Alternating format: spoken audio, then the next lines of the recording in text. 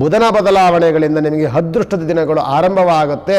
June 1ನೇ ತಾರೀಕಿಂದ ಮೀನ ರಾಶಿಗೆ ಗುರುಬಲ ಆರಂಭವಾಗಿ ಮುಂದಿನ ದಿನಗಳಲ್ಲಿ 7.5 ಇತ್ತಲ್ಲ ಅಂತ ಕೊರಗೋದನ್ನು ಬಿಟ್ಟು ಉತ್ತಮವಾದಂಥ ದಿನಗಳು ಬಂದಾಗ ಆ ದಿನಗಳನ್ನು ನಾವು ಉತ್ತಮವಾಗಿ ಸ್ವಾಗತ. ಇಷ್ಟು ಗ್ರಹಗಳ ಯೋಗ ಫಲದಲ್ಲಿ ಶನಿಯ ದೋಷ ನಮಗೆ ಮರೆಯಾಗತ್ತೆ.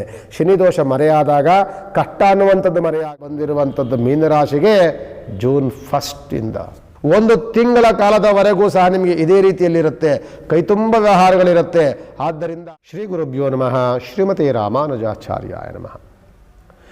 ವೀಕ್ಷಕ ಬಂಧುಗಳಲ್ಲಿ ಪ್ರಾರ್ಥನೆಗಳನ್ನು ಮಾಡಿಕೊಳ್ಳುತ್ತಾ ಇದು ಮಾಸ ಭವಿಷ್ಯ, ಜೂನ್ ತಿಂಗಳ ಮಾಸ ಭವಿಷ್ಯದಲ್ಲಿ ಮೀನರಾಶಿಯವರಿಗೆ ನೋಡಿ,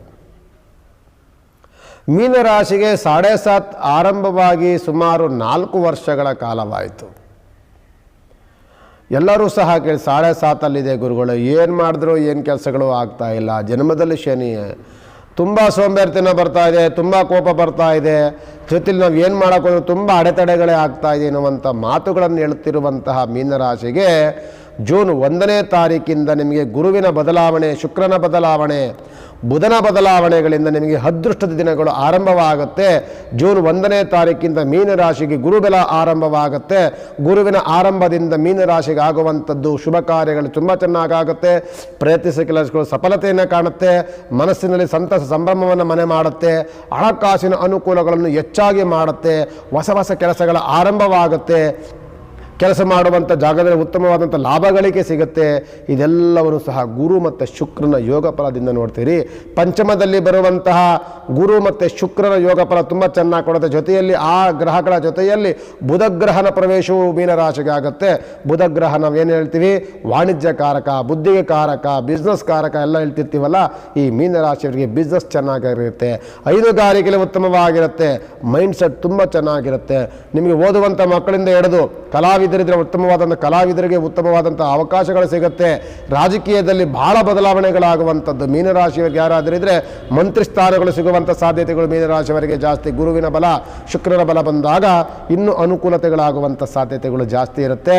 ಉತ್ತಮವಾದಂಥ ಯೋಗ ದಿನಗಳು ನಿಮಗೆ 1ನೇ ತಾರೀಕು ಜೂನ್ 1ನೇ ತಾರೀಕಿಂದ ಮೀನರಾಶಿಗೆ ಆರಂಭವಾಗ್ತಿದೆ. ಇನ್ನು ಮುಂದಿನ ದಿನಗಳಲ್ಲಿ 7.5 ಇತ್ತಲ್ಲ ಅಂತ ಕೊರಗೋದನ್ನು ಬಿಟ್ಟು ಉತ್ತಮವಾದಂಥ ದಿನಗಳು ಬಂದಾಗ ಆ ದಿನಗಳನ್ನು ನಾವು ಉತ್ತಮವಾಗಿ ಸ್ವಾಗತಿಸಿ ಆ ಪ್ರಯತ್ನಗಳನ್ನು ಈ 7.5 ಅನ್ನೋದನ್ನು ಮರೆತು ಆಗುವಂಥ ಕೆಲಸಗಳಿಗೆ ಪ್ರಯತ್ನವನ್ನು ಪಟ್ಟು ಮಾಡುವಂತಹ ಕೆಲಸಗಳು ಉತ್ತಮವಾಗಿರಬೇಕು ಮತ್ತು ಫಲಪ್ರದವಾಗಿರಬೇಕು. ಆ ರೀತಿಯ ಪ್ರಯತ್ನವನ್ನು ಮಾಡಿ ಎಲ್ಲವೂ ಅನುಕೂಲಕರವಾದಂಥ ವಾತಾವರಣಗಳು. ಶುಕ್ರ ಬಂದಾಗ ಎಲ್ಲದರಲ್ಲೂ ಜೈಕಾಲಗಳೇ. ಯಾವುದು ಅಂತ ತಿಳ್ಕೊತೀರಿ ನೀವು, ಕೋರ್ಟು ಕಚೇರಿಯಿಂದ ಹಿಡಿದು ಮೇಲಧಿಕಾರಿಗಳಿಂದ ಕೋರ್ಟು ಕಚೇರಿಗಳ ಜಯದ ವಾತಾವರಣ, ಮೇಲಧಿಕಾರಿಗಳಿಗೆ ಪ್ರಶಂಸೆ, ಹಣಕಾಸಿನ ಅನುಕೂಲ, ಹೊಸ ಹೊಸ ಕೆಲಸಗಳ ಆರಂಭ, ಬಂದಂಥ ಕೆಲಸಗಳಲ್ಲಿ ಉತ್ತಮವಾದ ಕೈ ತುಂಬ ದುಡ್ಡು ಸಿಗುವಂಥ ಸಾಧ್ಯತೆಗಳು, ಇದೆಲ್ಲವೂ ಸಹ ಅನುಕೂಲಕರವಾದಂಥ ವಾತಾವರಣವೇ. ಜೊತೆಯಲ್ಲಿ ಬುಧ ಬಂದಾಗ ಶಾಂತತೆಯನ್ನು ತಂದುಕೊಡ್ತಾನೆ, ಬುದ್ಧಿ ಚಾತುರ್ಯತೆ ತಂದುಕೊಡ್ತಾನೆ, ವ್ಯವಹಾರದಲ್ಲಿ ಪ್ರಗತಿಯನ್ನು ತಂದುಕೊಡ್ತಾನೆ. ಇಷ್ಟೆಲ್ಲವೂ ಇದ್ದಾಗ ಶನಿ, ಇಷ್ಟು ಗ್ರಹಗಳ ಯೋಗ ಫಲದಲ್ಲಿ ಶನಿಯ ದೋಷ ನಮಗೆ ಮರೆಯಾಗತ್ತೆ. ಶನಿ ದೋಷ ಮರೆಯಾದಾಗ ಕಷ್ಟ ಅನ್ನುವಂಥದ್ದು ಮರೆಯಾಗತ್ತೆ, ಕೋಪ ಅನ್ನುವಂಥದ್ದು ಮರೆಯಾಗತ್ತೆ, ಸೋಂಬೇರಿತನ ಅನ್ನುವಂಥದ್ದು ಮರೆಯಾಗತ್ತೆ, ಅಸೂಯೆ ಎನ್ನುವಂಥದ್ದು ಮರೆಯಾಗುತ್ತೆ. ಇದೆಲ್ಲವೂ ಸ್ವಲ್ಪ ಸೈಡಲ್ಲಿ ಬಂದು ಮರೆಯಾಗಿದ್ದು ಪ್ರಚಾರಕ್ಕೆ ಯಾವ್ದು ಬರುತ್ತೆ ಅಂತಂದರೆ ಹೊಸ ಹೊಸ ಕೆಲಸವನ್ನು ಮಾಡುವಂಥದ್ದು ಪ್ರಚಾರಕ್ಕೆ ಬರುತ್ತೆ. ಹಣಕಾಸಿನ ಅನುಕೂಲ ಪ್ರಚಾರಕ್ಕೆ ಬರುತ್ತೆ. ಹೊಸ ಹೊಸ ಕೆಲಸಗಳ ಆರಂಭ ಪ್ರಚಾರಕ್ಕೆ ಬರುತ್ತೆ. ಇದೆಲ್ಲ ಉತ್ತಮವಾದಂಥ ದಿನಗಳನ್ನು ಕೂಡಿಕೊಂಡು ಅದೃಷ್ಟವಾಗಿ ಬಂದಿರುವಂಥದ್ದು ಮೀನರಾಶಿಗೆ ಜೂನ್ 1 1 ತಿಂಗಳ ಕಾಲದವರೆಗೂ ಸಹ ನಿಮಗೆ ಇದೇ ರೀತಿಯಲ್ಲಿರುತ್ತೆ. ಕೈತುಂಬ ವ್ಯವಹಾರಗಳಿರುತ್ತೆ. ಆದ್ದರಿಂದ ರಾಷ್ಟ್ರಾಧಿಪತಿಯಾದಂಥವನು ಗುರುಗ್ರಹ, ಯೋಗದಲ್ಲಿರುವಂಥವನು ಗುರುಗ್ರಹ, ಶುಕ್ರಗ್ರಹ, ಬುಧಗ್ರಹ, ದೋಷದಲ್ಲಿರುವಂಥವನು ಶನಿಗ್ರಹ. ಆದ್ದರಿಂದ ಯೋಗದಲ್ಲಿರುವವರನ್ನು ಆರಾಧನೆ ಮಾಡಿ, ದೋಷದಲ್ಲಿರುವವರನ್ನೂ ಸಹ ಆರಾಧನೆಯನ್ನು ಮಾಡಿ.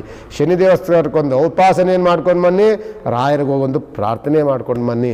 ಎರಡೂ ಸಹ ಮಾಡಿದಾಗ ನಿಮಗೆ ಒಂದು ಕಷ್ಟ ಅನ್ನೋದು ದೂರವಾಗಿಲಿ, ಸುಖ ಅನ್ನುವಂಥದ್ದು ಹತ್ತಿರದಲ್ಲಿ ಬಂದಿದೆ. ಆ ಹತ್ತಿರದಲ್ಲಿ ಬಂದಿರುವಂಥ ಸುಖ ಸುಮಾರು ದಿನಗಳ ಕಾಲ ನಮ್ಮನ್ನು ಕರ್ಕೊಂಡೋಗಲಿ ಸುಖದ ಹಾದಿಯಲ್ಲಿ ಅಂತ ಮತ್ತೊಮ್ಮೆ ಪ್ರಾರ್ಥನೆ ಮಾಡಿಕೊಳ್ತಾ ನಿಮಗೆಲ್ಲರಿಗೂ ಸಹ ಉತ್ತಮವಾದಂಥ ಭವಿಷ್ಯ ಸಿಗಲಿ ಅಂತ ನಾನು ಪ್ರಾರ್ಥನೆ ಮಾಡ್ಕೊಳ್ತೇನೆ. ನಮಸ್ಕಾರ.